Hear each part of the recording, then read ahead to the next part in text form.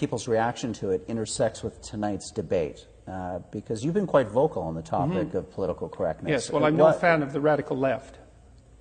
And and people might say, well, does that mean you support the radical right? And it's like, just because you're no fan of the radical left doesn't mean you support the radical right. That's absolutely a preposterous proposition. But the universities, especially the humanities and social sciences, are absolutely dominated by left-wing thinking. That's well documented by people like Jonathan Haidt. It's not my imagination. And I find the doctrine that unites them to be unconscionably pernicious.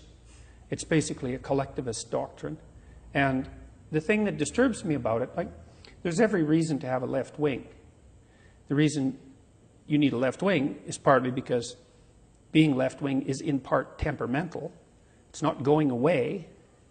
And also because when our society produces hierarchies, which it will inevitably do, people tend to stack up at the bottom of hierarchies. It's in the nature of hierarchies to produce that as an outcome. And what that means is that the people who are dispossessed in the hierarchical arrangements need a voice, and that's the left, obviously, and fair enough. But it's also obvious that just as the right can go too far, the left can go too far. But when the left goes too far is something that's very ill-defined. And to me, that's not acceptable, given that we know that the left can go too far. And I think they've certainly gone too far in the universities. And the postmodern neo-Marxist pastiche that makes up the radical left philosophy that's at the bottom of the social sciences and humanities now there's nothing about it that's useful, as far as I'm concerned. That has nothing to do with compassion. It has nothing to do with my lack of, what would you say? Empathy? Yeah, precisely. They're completely separate issues. And that's another thing that really bothers me about political correctness. It's like, well, we have a hammerlock on empathy. It's like, A, empathy is not enough. It's not even close to enough. And an excess of empathy can do terrible things. And B, no, you don't have a hammerlock on empathy. And to ally that with a philosophy that essentially assigns people to their identity via their group membership, and then to read not only the current state of affairs, but history itself as a battleground between competing groups I think it's dangerous. I think it's obvious that it's dangerous if you know anything about history.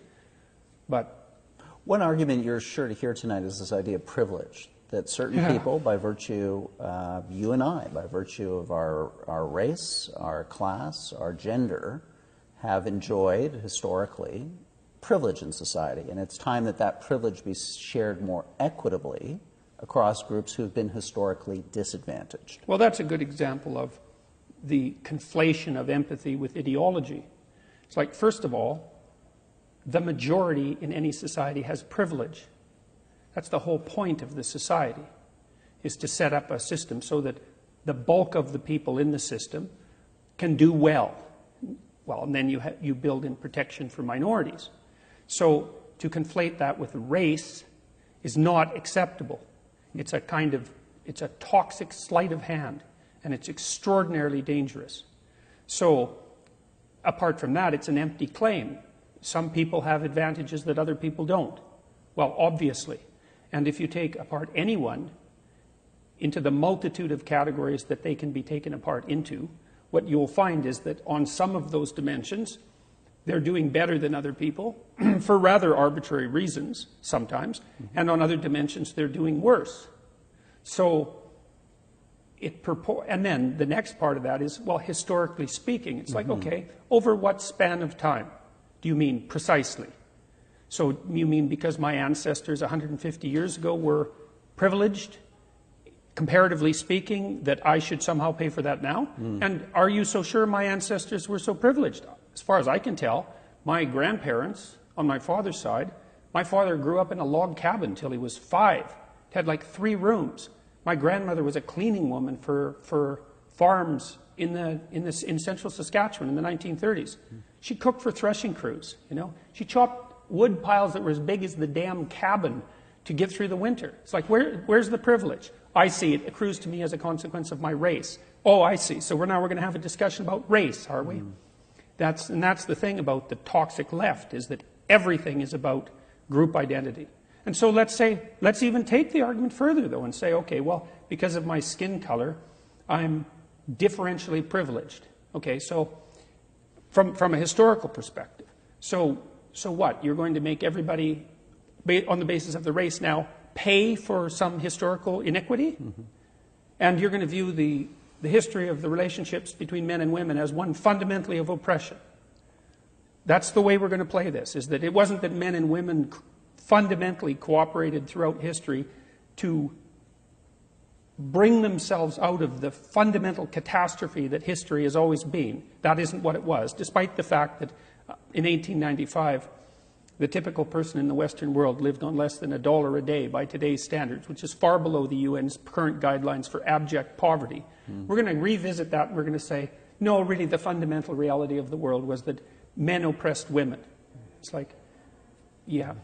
So that brings me to a second argument that you're no doubt going to hear tonight, which is that men need to check their privilege. That there's an idea here that women in particular, the Me Too movement, there's been an awareness, an awakening on the part of the power of women in society, and it's time that be acknowledged. What will be your response to that?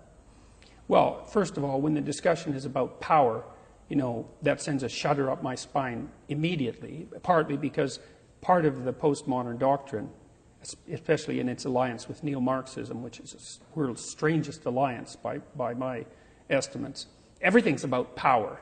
And I don't believe that. I think that hierarchies are only about power when they've already transformed themselves into tyrannies. And I don't think that the fundamental hierarchies that characterize the West are tyrannical, comparatively speaking. Like, compared to the heavenly hierarchy in your utopian imagination, no doubt they're exemplars of pure hell, but compared to everywhere else in the world right now and every other hierarchy throughout history, we're doing pretty damn well. And the fact is that once we had reliable birth control, which really only happened in the 1960s, women were welcomed, most fundamentally, although also opposed, but most fundamentally welcomed into every position of authority and competence that could possibly be laid open to them, to the point where now they make up something like, it's damn near 3/4 of humanities and social sciences students. They dominate the healthcare fields. So how fast do you expect the transformation to take place?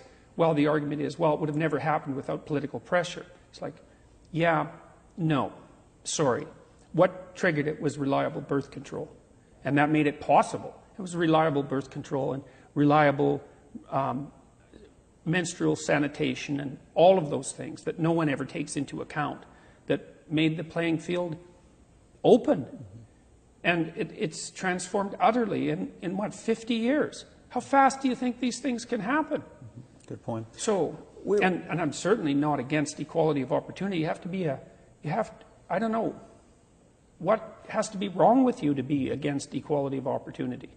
Even if you're selfish, if you're not absolutely out for destruction and you're only selfish, let's say, anybody with any sense would go for equality of opportunity, at least because it gives you the possibility of exploiting the maximal number of qualified and talented people. Mm-hmm. So, and equality of outcome, well, we'll save that for the debate tonight. I'm sure it'll come up.